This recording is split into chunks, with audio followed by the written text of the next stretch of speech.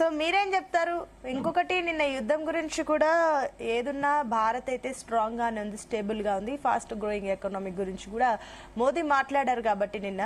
So ఏంటి, మీరు ఏ రకంగా చూస్తున్నారు? Good morning. అంటే ముందుగా మీకు జూనియర్ ప్రేక్షకులకు, పెద్దలు, కో ప్యానెట్లకు డెఫినెట్ కూడా ఏదైతే వెస్ట్ ఏషియాలో జరుగుతుందో ఇవాళ ఇరాన్, ఇజ్రాయెల్, యుఎస్ వారి ద్వారా అంటే అమెరికా మరొకసారి ప్రపంచం మీద ఆధిపత్యాన్ని చెలాయించాలని ఆలోచించి ఇవాళ ఏం జరిగిందో అనేది ఇవాళ చాలా స్పష్టంగా కనబడుతుంది. అంటే ఎంతసేపు తన ఆధిపత్యం కోసం తప్ప ఎక్కడ కూడా ఇవాళ అమెరికా సామ్రాజ్యం కోసమే ఇవాళ ట్రంప్ పనిచేస్తున్నట్టుగా ఇవాళ చాలా స్పష్టంగా కనబడుతుంది. ఇవాళ కనీసం ఇవాళ మరి ఏ పేరు మీద ఎందుకు ఇవాళ యుద్ధం స్టార్ట్ చేసింది వాళ్ళే, అమెరికా, ట్రంప్.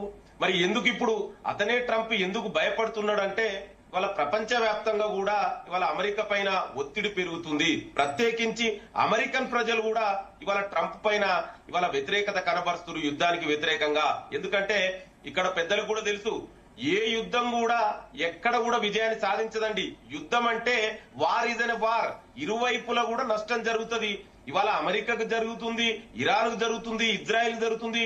దీని ద్వారా ప్రపంచం అంతా కూడా ఇవాళ బాగా కష్టాల్లోకి నెట్టివేయబడుతుంది.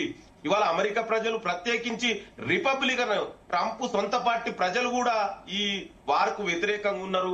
అదే విధంగా అరబ్ కంట్రీస్ అన్ని కూడా ఇవాళ ట్రంప్ మీద ఇవాళ ఒత్తిడి తీసుకొస్తున్నాయి ఈ యుద్ధాన్ని ఆపాలని.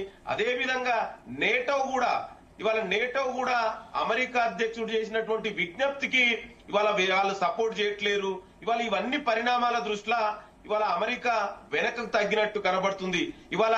కానీ ఇరాన్ ఎక్కడ కూడా ఇవాళ ఇరాన్ గార్డ్స్, ఐఆర్జీసీ ఎక్కడ కూడా దాన్ని ధృవీకరించలేదు. ఎందుకంటే అమెరికాకు అర్థమైపోయింది ఈ యుద్ధంలో ఇరాన్ ను గెలవడం అంత ఈజీ కాదని చాలా స్పష్టంగా అర్థమైంది. ఇవాళ ప్రపంచ దేశాలన్నిటి కూడా ఇవాళ ఆర్థిక మందంలోకి నెట్టివేయే అంచున ఉన్నాయి. ఇవన్నీ గమనించి ఇవాళ ఇరాను వ్యతిరేకంగా ఏం చేయలేక ఇవాళ ట్రంప్ గారు మరి ఎందుకు ఆయన ఆపేసిండో, ఇంకొకటి ఆయన దీనికి ఆపడానికి కూడా కారణం ఎవరు పంపుతుండండి, ట్రంప్ అల్లుండి కుష్నర్ ని, అదే విధంగా ప్రతినిధి మీట్ కార్ ని. ఎక్కడైనా కూడా జనరల్ గా యుద్ధ ప్రకటన విరమింపు చేస్తే ఏ ప్రదేశంలో జరుగుతుంది, మరి చర్చలు ఎక్కడ జరుగుతున్నాయి, ఇది ఏది కూడా చెప్పలే. జనరల్ గా ఏదైనా జరిగితే అమెరికా నుంచి ప్రకటన ఎవరు చేస్తారండి, స్టేట్ సెక్రటరీ లేదా ఫారెన్ సెక్రటరీ చేస్తారు. కానీ ఎక్కడ కూడా అఫీషియల్ గా ఏదో ఒక ప్రెస్ మీట్ లా ట్రంప్ గారు నేను యుద్ధాన్ని 5 రోజులు విరామం ఇస్తున్నామని చెప్పారు. సో ఇవాళ దీని ద్వారా అమెరికా తన యొక్క దుందూకుడు చర్యలకు ఏదైతే మూల్యం చెల్లించింది అనేది ఇవాళ చాలా స్పష్టంగా కనబడుతుంది. అంటే ఏ దేశమైనా కూడా ఇవాళ ప్రపంచంలో ఉన్న పరిస్థితులకు అనుగుణంగా యుద్ధాలు సరికావనేది ఇవాళ మనకు చరిత్ర ద్వారా తెలిసిన చాలా స్పష్టంగా అర్థమవుతుంది. ఎందుకంటే నష్టం అన్ని వైపులు ఉంటదండి. ఇవాళ ప్రత్యేకించి మరి ఇండియా, ఎందుకంటే ఇవాళ హార్మూజ్ స్ట్రైట్ బంద్ చేయడం వల్ల ప్రపంచంగా అంటే ఇండియాకి ఎక్కువ కూడా ఇవాళ చాలా మంది మనం, ఎందుకంటే 80% గా మన ట్రేడు ఇవాళ హార్మూజ్ స్ట్రైట్ నుంచే ఇండియా దిగుమతి చేసుకుంటుంది, ఆయిల్ అండ్ ఎరువులను కూడా. ఇవాళ మరి ప్రధానమంత్రి ఇవాళ ఈ దేశ ప్రధాని నరేంద్ర మోడీ ఇవాళ ఈయన ఎందుకు, అసలు మనకు ఉన్నటువంటి సంబంధాలు మనందరికి పెద్దలకు కూడా తెలుసు. ఇండియాకు ఇరాన్ కు ఇప్పటి నుంచి కాదండి, ఏన్షియంట్ ఇండియా నుంచి పర్షియా ఇండియాకు ఉన్నటువంటి కల్చరు, చరిత్ర అంత గొప్పది. మరి ఈ దేశ ప్రధాని నరేంద్ర మోడీకి అది ఎందుకు అర్థం కాలేదో, వార్ జరుగుతుందని తెలిసి కూడా ఇవాళ దాదాపు 2-3 నెలల నుంచే పశ్చిమాసియాలో యుద్ధ మేఘాలు కమ్ముకున్నాయి, అక్కడ వారు జరిగాని ఉందని తెలిసినా కూడా మరి ఈ దేశ ప్రధాని ఇజ్రాయెల్ కు వారుకు 2 రోజుల ముందే ఇజ్రాయెల్ కి పోతాడు. ఇజ్రాయెల్ ఫాదర్ ల్యాండ్ అంటాడు, మరి మదర్ ల్యాండ్ ఏమో ఇండియా అట, ఫాదర్ ల్యాండ్ ఏమో ఇజ్రాయెల్. మరి ఇరాన్ కు మనకు ఉన్నటువంటి సంబంధాల దృష్ట్యా కనీసం ఒక దేశ అధ్యక్షుడు చనిపోతే, ఖమేని చనిపోతే కనీసం ఖండించలేని దుర్మార్గ స్థితిలో ఈ దేశం ఉంది. ఇవాళ మనని ఎవరిని నియంత్రిస్తురండి, ఇవాళ కొరత లేదంటారు. ఇవాళ ఇది ఈ దేశంలో మీరు ఇవాళ హైదరాబాద్ లో చూడండి, పెట్రోల్ కు చాలా పెట్రోల్ బంకులు బంద్ అయినాయి. గ్యాస్ కొరత వల్ల చాలా హోటళ్లు, రెస్టారెంట్లు, ఇవాళ పీజీ హాస్టల్స్ చాలా బంద్ అయినాయి. ఇవాళ బ్లాక్ మార్కెట్ కు దందలేసింది. కానీ ఇప్పటి వరకు, నిన్నటి వరకు, అంటే యుద్ధం స్టార్ట్ అయి 25 డేస్ తర్వాత నరేంద్ర మోడీ గారు ఇప్పుడు మాట్లాడతారు. ఏం చెప్తాడు మళ్ళా, కరోనాలో ఏమన్నాడండి, చప్పట్లు కొట్టండి అన్నాడు. ఇవాళ గ్యాస్ నుంచి, గట్టర్ నుంచి గ్యాస్ తీయమంటుండు. ఇది అంటే నరేంద్ర మోడీ విదేశ విధానం ఫెయిల్ అయింది, ఎందుకంటే ఆయనకున్న డిప్లొమసీలో ఆయనకు అనుభవం లేదు. బీజేపీకి కేంద్ర ప్రభుత్వం లిటరల్ గా ఫెయిల్ అయింది.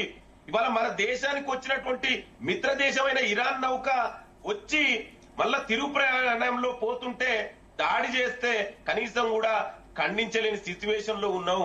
అంటే ఇవాళ ఈ దేశాన్ని ఎవరు నడిపిస్తురండి? అమెరికా నడిపిస్తుంది. అమెరికా ఆయిల్ రష్యా దగ్గర కొనొద్దంటది.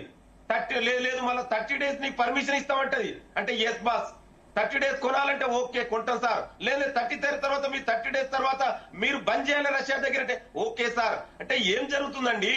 ఎక్కడ పోతున్నావు? ఈ దేశ సావర్నిటీ బట్ వదిలేరు కదా షిప్స్ ని. హార్మస్ జలసంధి నుంచి 2 ships వచ్చేసాయని చెప్పేసి కూడా అంటున్నారు కదా. ఈవెన్ ఎల్పిజి గ్యాస్ సంబంధించి కూడా వచ్చేసింది, డెలివరీ అవుతుంది అని చెప్పేసి అన్నారు కదా. అదే అండి, మరి ఇక్కడ ఇవాళ ఎందుకు ఈ సమస్య ఉంది? ఇవాళ ఈ ఎల్పిజి కొరత ఎందుకు ఉంది? మీరు చూడండి, పెట్రోల్ బంకులు ఎన్ని బంద్ అవుతున్నాయి. గ్యాస్ కొరత ఎట్లుంది? ఇప్పుడు హైదరాబాద్ లో మనం అంతా హైదరాబాద్ లో ఉన్నాం కదా.